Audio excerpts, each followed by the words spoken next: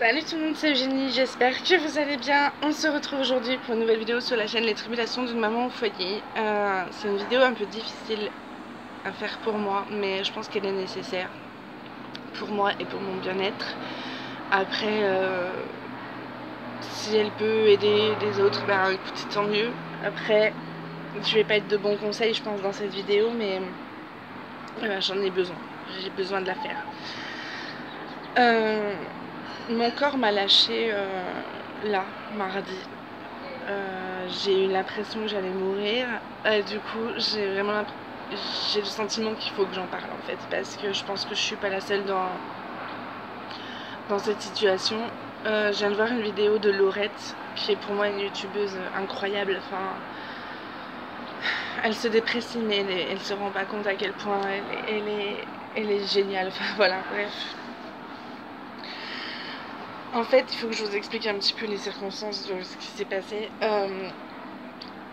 Je travaille dans un milieu qui est stressant, vous le savez, je travaille dans un hôpital, dans un service où on a malheureusement pas mal de décès.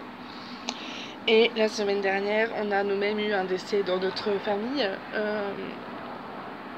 L'homme qui a élevé mon mari, donc l'homme que je considère comme mon beau-père, nous a quittés. Et je vais essayer de ne pas pleurer.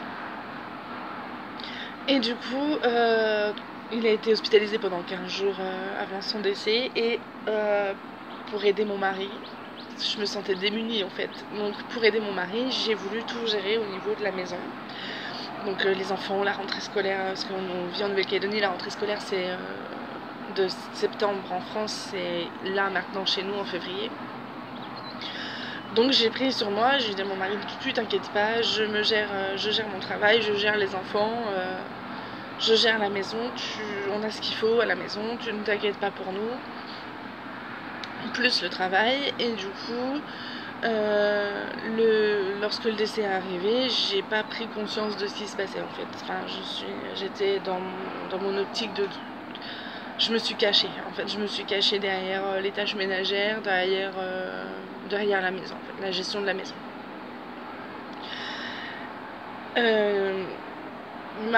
Lundi, je suis allée travailler, tout allait à peu près bien, et j'ai dû faire une tâche qui m'a fait penser au deuil, et du coup je sentais que je commençais à vriller, enfin je sentais que je commençais un peu à être faible, je sentais que je commençais à plus être moi-même.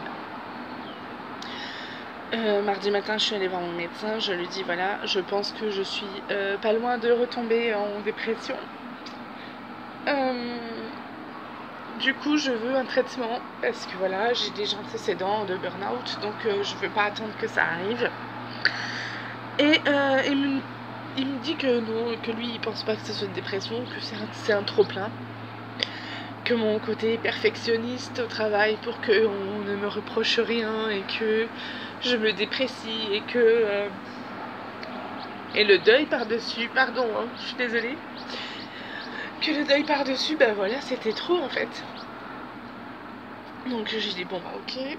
Il me met en arrêt une semaine, j'ai dit ok bon. Et mardi après-midi, je me cache encore derrière mon ménage, voilà.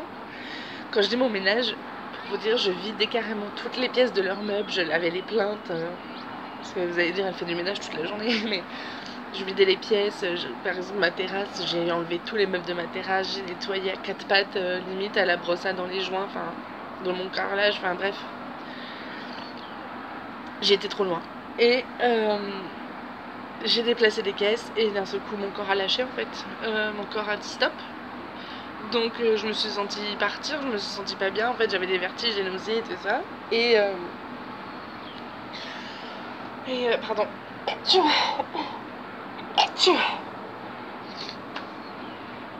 Excusez-moi. Du coup j'ai appelé quelqu'un pour qu'il m'amène aux urgences.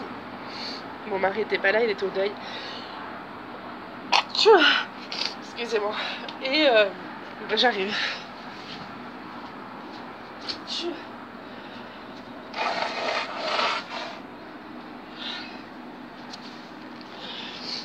Pardon. Et donc du coup j'arrive aux urgences et en fait j'étais à c'était cardiaque, enfin, mon cœur battait trop fort, j'étais à 155 pulsations par minute. Et puis j'étais à 15,8 de tension, je crois. Mais je me sentais partir, enfin vraiment, j'avais plus de tonus dans les bras, dans les jambes. J'étais en angoisse, j'avais vraiment peur.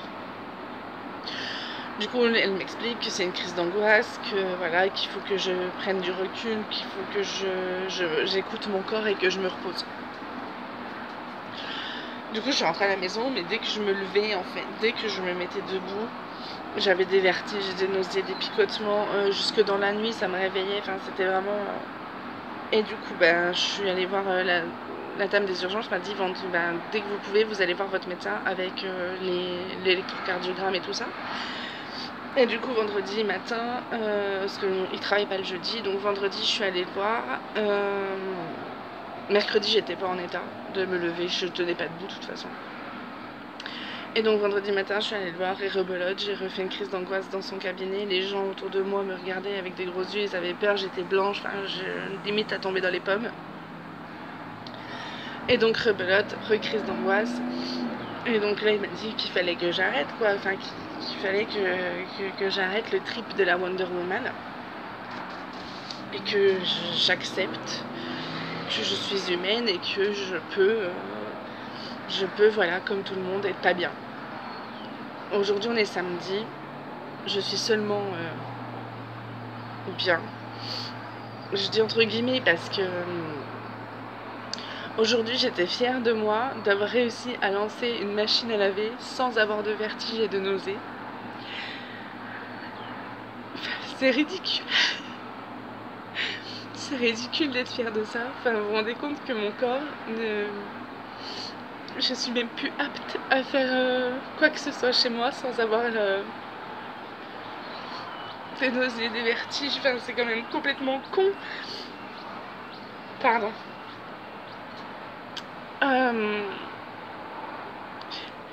Voilà, c'est mon corps. Je pensais pas, sincèrement.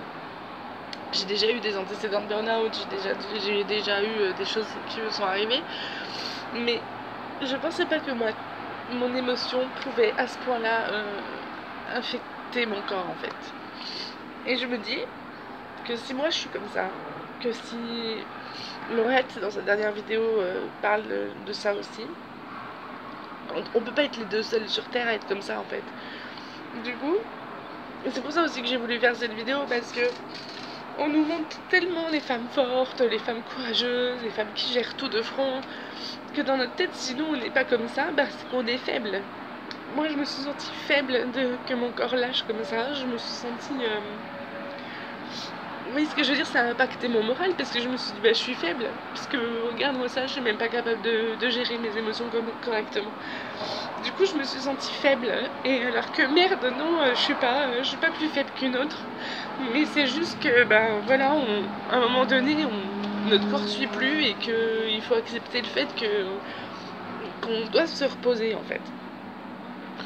Donc c'est juste pour ça que je voulais faire cette vidéo, pour dire que la femme parfaite et la femme Wonder Woman et puis le trip de je gère tout, aussi bien la maison, les gosses, le travail, ben c'est bon, moi j'en peux plus, ça me fatigue. Et que je suis sûre que je suis pas la seule en fait à être comme ça. Mais qu'on n'en parle pas, on n'en parle pas, on n'en parle jamais en fait. C'est comme le burn-out parental, on nous en parle pas parce que c'est honteux. C'est voilà quoi, merde, on a le droit d'être fatigué. Mais j'ai l'impression que maintenant les femmes aujourd'hui ne prennent même plus le temps de prendre soin d'elles en fait. Quand je dis soin d'elles, c'est vraiment de leur santé, hein, c'est pas de ce brushing et tout ça, c'est vraiment... On veut tellement qu'on soit forte et tellement qu'on soit... je sais pas comment vous expliquer. Regardez, on va prendre un exemple à la con. On va prendre un exemple débile.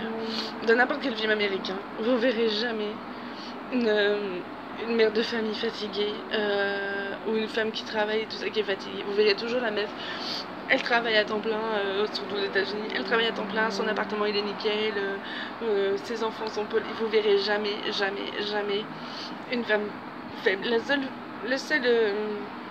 seule série où j'ai vu ça, c'était dans Desperate Housewives quand Lynette Scavo pète un pile. Mais ça a duré un épisode. Enfin, vous voyez ce que je veux dire? On nous montre toujours le trip de la mère parfaite en fait. Et du coup, de la mère et de la femme et de tout ce que vous voulez. Enfin bref, du coup cette vidéo c'était pas tant pour conseiller quoi que ce soit, c'était surtout pour dire que si moi je suis comme ça, si Laurette est comme ça aussi, c'est qu'on doit pas être les seuls et qu'il faut accepter le fait que bah voilà on peut, pardon excusez-moi, que voilà on peut être fatigué, qu'on a le droit. Et puis bah, voilà c'est tout ce que je voulais. Je pense que si plusieurs personnes en parlent, on l'acceptera mieux et du coup les personnes qui le feront plus tard se diront bah non je suis pas toute seule à vivre ça en fait, parce que moi je me sentais seule là, je me sentais vraiment seule. Du coup le fait que Laurette ait fait cette vidéo ça m'a tellement fait du bien que du coup je me suis dit bah même si moi j'ai pas autant d'abonnés qu'elle, peut-être que ça fera du bien aussi de savoir que bah, si vous êtes dans cette situation, bah, vous n'êtes pas seul en fait. C'était juste pour ça. Je vais arrêter de pleurer maintenant et je vais reprendre un peu d'oxygène parce que vous voyez j'ai encore un peu de mal à respirer. Ça y est, ça va mieux. Je vous fais plein de bisous. J'essayerai de faire une vidéo un peu plus gaie la prochaine fois. Après, je trouve ça important de parler de ce genre de choses. Sur ma chaîne, j'essaie de vous parler bah, de ma ligature des trompes, de mon burn-out, parce que voilà, je pense que c'est important qu'on en parle en fait. Je vous fais plein de bisous et à très bientôt. Ciao, ciao.